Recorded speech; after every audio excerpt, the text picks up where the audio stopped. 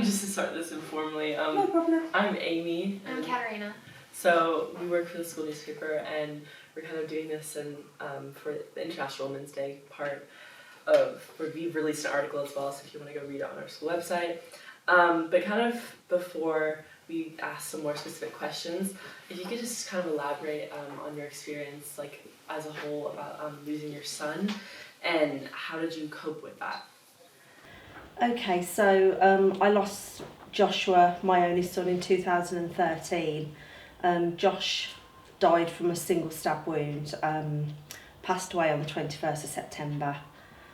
How I've coped with it really is one moment at a time. My son was a well-known music artist in the UK and across Europe, and what happened within 2 hours of his death, I had thousands and thousands of his fans approaching me because they were grieving, found it very difficult to cope with. So I don't think I've really grieved the loss of my son. I've just survived each moment, and here we are now 10.5 years later. How did you use that grief to stand up for change, and how did you harness your emotions? I realised very early on that young people were listening to what I was saying, and that message was don't retaliate, don't cause more pain, don't hurt another person because you're struggling inside. And that message has spread wide across the UK, across lots and lots of countries, just to really try and educate young people. So I use that knowledge and that experience of that level of pain and what it can do to you to try and stop young people going out and committing more crime. What strategies have you found most effective in raising awareness about the consequences of violence? What I'm finding is the best way to really help any young person is to initially have me in a session that then tends to bring them back down to reality, because there's quite a few young people at the moment that are following what social media is telling them. We all need to look a certain way, we all need material objects, in some cases confrontation is the way forward. So my session definitely brings young people back down to reality, which for most young people that's all that's needed, but I'm finding that there are some young people who need a lot of additional help, and there's only a few places in the UK that actually are offering that help, which means like family support, mental health services, counselling, and a long-term support for young people moving forward really does change lives and saves lives. I think the mistake we're making is just doing a very short session and then moving on to the next school, and not addressing those issues that are, instilled in young people. What advice do you have for parents or caregivers who may be concerned about their children's safety in environments where violence is prevalent?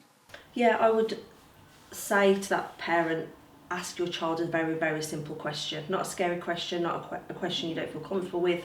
Just ask your child, what percentage of others do you think carry a knife? Do you think are involved in violence? And then if your child says 40%, 60%, 80%, there is a problem in school, in the areas they live, travelling on public transport.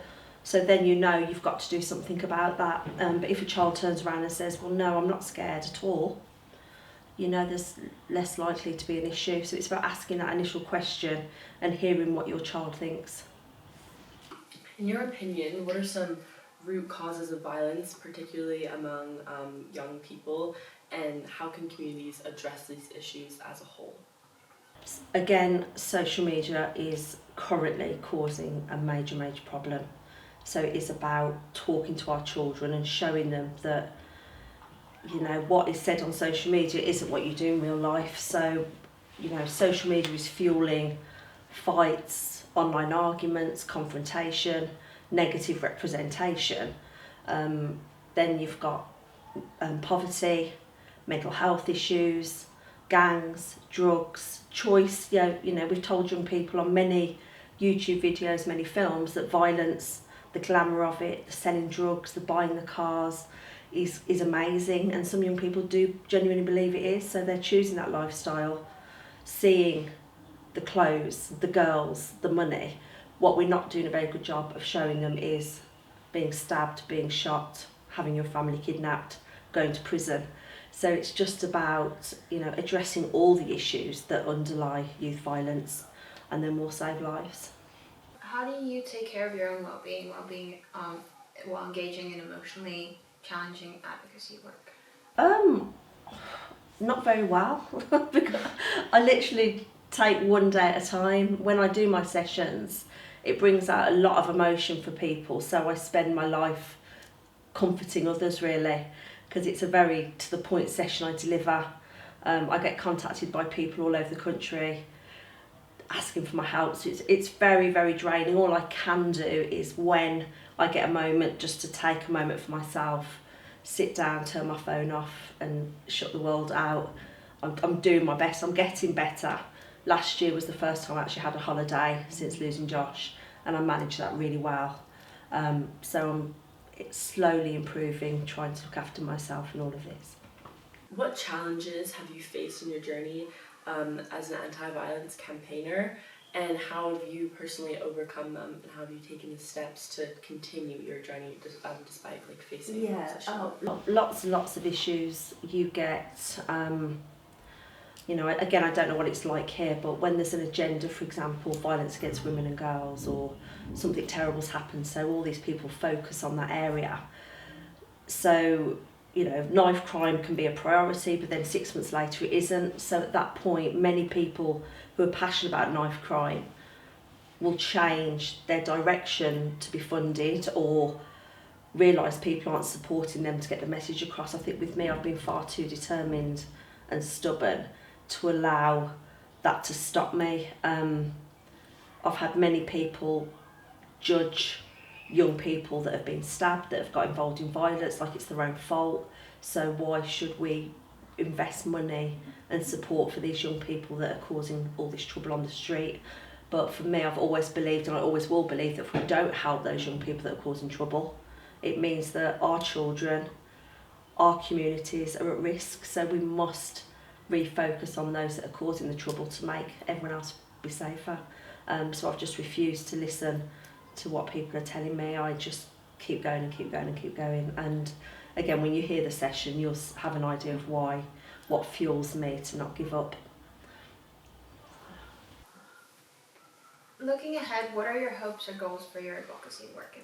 So doing the sessions that I currently do in schools, colleges, prisons, I hope to continue that for 10 more years at least. And then the long-term goal is to make the UK government prioritise youth violence and make it part of the national curriculum in education. Because if we're not educating all the young people in our country, you're going to see many, slipping through the net. And, just yesterday when I was on the flight coming here, a 15-year-old boy was stabbed to death in a park, not far from Birmingham. The 2 days before, 3 days before, it's just such an issue now that we need to make it compulsory so every school is supported to give this anti-violence message. And then how would you say your role as a female activist fits into the general theme of International Women's Day? I think women are very, very resilient and strong, and manage to deal with many, many things in one. One person holds so many roles as a woman. We're nurturers, we're providers, we have to deal with many, many things, and it's a very unique thing being a woman, and I think many women are incredibly strong and resilient, and I think resilience and strength has enabled me to keep going and do the work that I do. So I'm really proud to be a woman, I'm really proud to be a strong woman, and I try and inspire other women that might be struggling and might be thinking that their life's difficult and they don't know what to do or how to do it. It's just get up and do your best, and that's what I would say to anybody really, male, female, just do your best every day, and you can't look back with regret then. So that's what I try and say to people. Thank you. I kind of have a question that I've come up with along the way. That's fine. You talked about doing sessions across schools and prisons. What is the most shocking reaction you've gotten, or most unique experience you've had doing a session, and what have you taken away from that? It's quite hard to shock me, but what happens in every session is the perception of youth violence. I will do it again while I'm here. You know, a lot of schools I go into will say it's not a subject that our young people think about, it's not a subject that our young people are worried about. I will then ask a question to the young people. Their answer shocks all the staff and schools and colleges because they also don't think it's their problem, which is why it's so important that we speak to all young people, because perception can cause a major issue. If there was something happened somewhere, for example, God forbid, a terrorist attack in a country that you lived in or a country you had family in that fills you with such fear, you might be wary going to that country, you might be scared for your family in that country, get them out of that country, it's dangerous. But it could just be such a random, one-off, rare event. And with knife crime, what's happening is young people are believing the perception, holding on to it. And so when I go into schools and bring that information out from young people, schools are just absolutely gobsmacked that so many of their young people are scared of the world. So there's nothing really shocking for me, but the people that hear the sessions tend to take things away from it, and they're quite shocked by the answers the young people have given. That's okay. Thank you. That's okay.